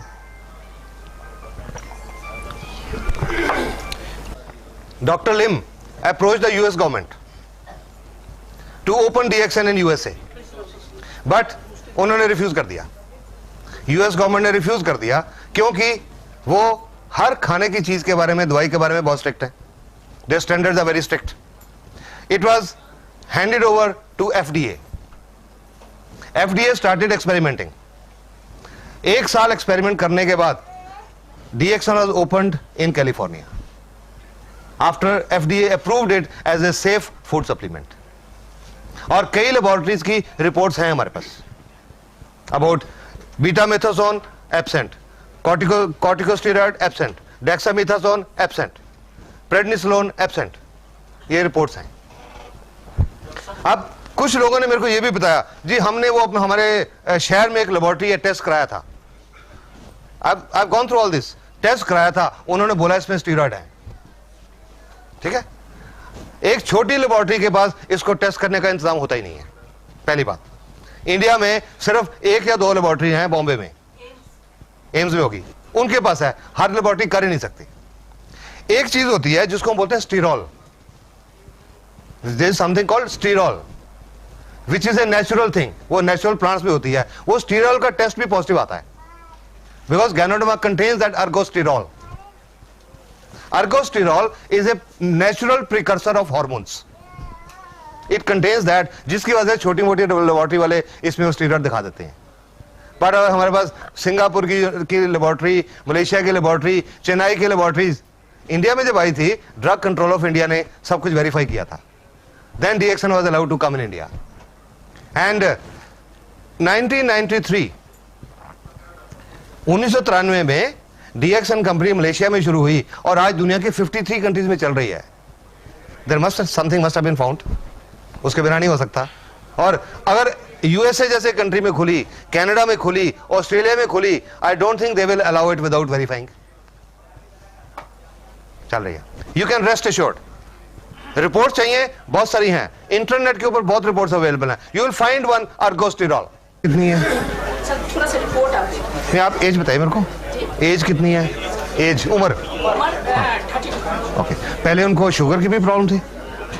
Problem उसको एक बार 3-4 साल का था तो fitness का problem था, तो काफ़ी लंबा इलाज चला था उसका।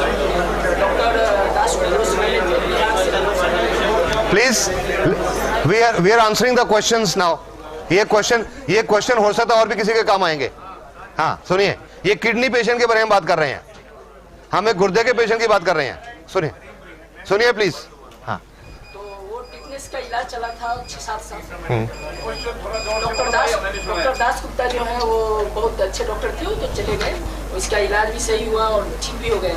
चलो अभी 1.5-2 महीना पहले प्रॉब्लम आई, फीवर ओवर आया और वो गांठ में दर्द हुआ, इलाज कराने के लिए गए तो दरभंगा में डॉक्टर एन मिश्रा है। ये डायलिसिस कितनी देर से चल रहा है? डायलिसिस पिछले सप्ताह से चल रहा है, 2 दिन हो गए हैं डायलिसिस। ओके, तो क्या उन्होंने ट्रांसप्लांट कराने का फैसला कर लिया? डॉक्टर ने उन्होंने कहा कि इसको ट्रांसप्लांट तो करना पड़ेगा, लेकिन उससे पहले डायलिसिस भी जरूरी है। ओके, और पेशेंट उसे देखने से चलता फिरता है। अगर तो किसी पेशेंट ने डिसाइड किया कि कुछ दिनों में ट्रांसप्लांट कराना है, अगर किसी ने, आप सबकी इंफॉर्मेशन की है कि कुछ दिनों में ट्रांसप्लांट कराना है, तो गैनोडर्मा शुरू नहीं करनी। मैंने तो स्टार्ट नहीं, अगर कुछ दिनों में कराना है तो नहीं करनी, क्योंकि जब हम ट्रांसप्लांट करते हैं हम स्टीरॉयड देके बॉडी के इम्यून सिस्टम को कम करते हैं कि बॉडी उसको रिजेक्ट ना कर दे, इसलिए इम्यून सिस्टम को बढ़ाना है, ये कॉन्ट्राडिक्टरी इफेक्ट हो जाएगा। और या दूसरा एक और, अगर किसी का किडनी ट्रांसप्लांट हो चुका है 6 महीने तक गैनोडर्मा नहीं देनी, otherwise there are chances body will reject the kidney. Sir जैसे डायलिसिस चल रहा है उसका, ये दवा मैं बिना डॉक्टर से पूछे हुए मैं दे रहा हूँ, मतलब मैं इसलिए कि डॉक्टर मना करेंगे मुझे पता है, डेफिनेटली, इसलिए मैं चुपचाप उसको खिला रहा हूँ। दोनों में से 2-2 गोली सुबह और 2-2 गोली। मैं इसका आपको एक पेशेंट का एग्जांपल बताता हूँ, शायद आपके जॉब का मिल जाएगा, औरों के लिए भी होगा। बैठिए। लगभग 2 साल पहले एक किडनी के पेशेंट को देखने के लिए बुलाया गया था मेरे को। चंडीगढ़ के पास एक जगह है, वहां उस औरत का डायलिसिस चल रहा था कुछ टाइम से, और उन्होंने ट्रांसप्लांट के लिए कहा अपने डॉक्टर को, जो किडनी का इलाज चल रहा था। उन्होंने कहा जी वो जो औरत है उनको कई सालों से दमे की प्रॉब्लम थी, और दमा के कारण उनके फेफड़ों में एक प्रॉब्लम होती है, उसको बोलते हैं पल्मोनरी फाइब्रोसिस, फेफड़े श्रिंक हो जाते हैं, वो हुए थे।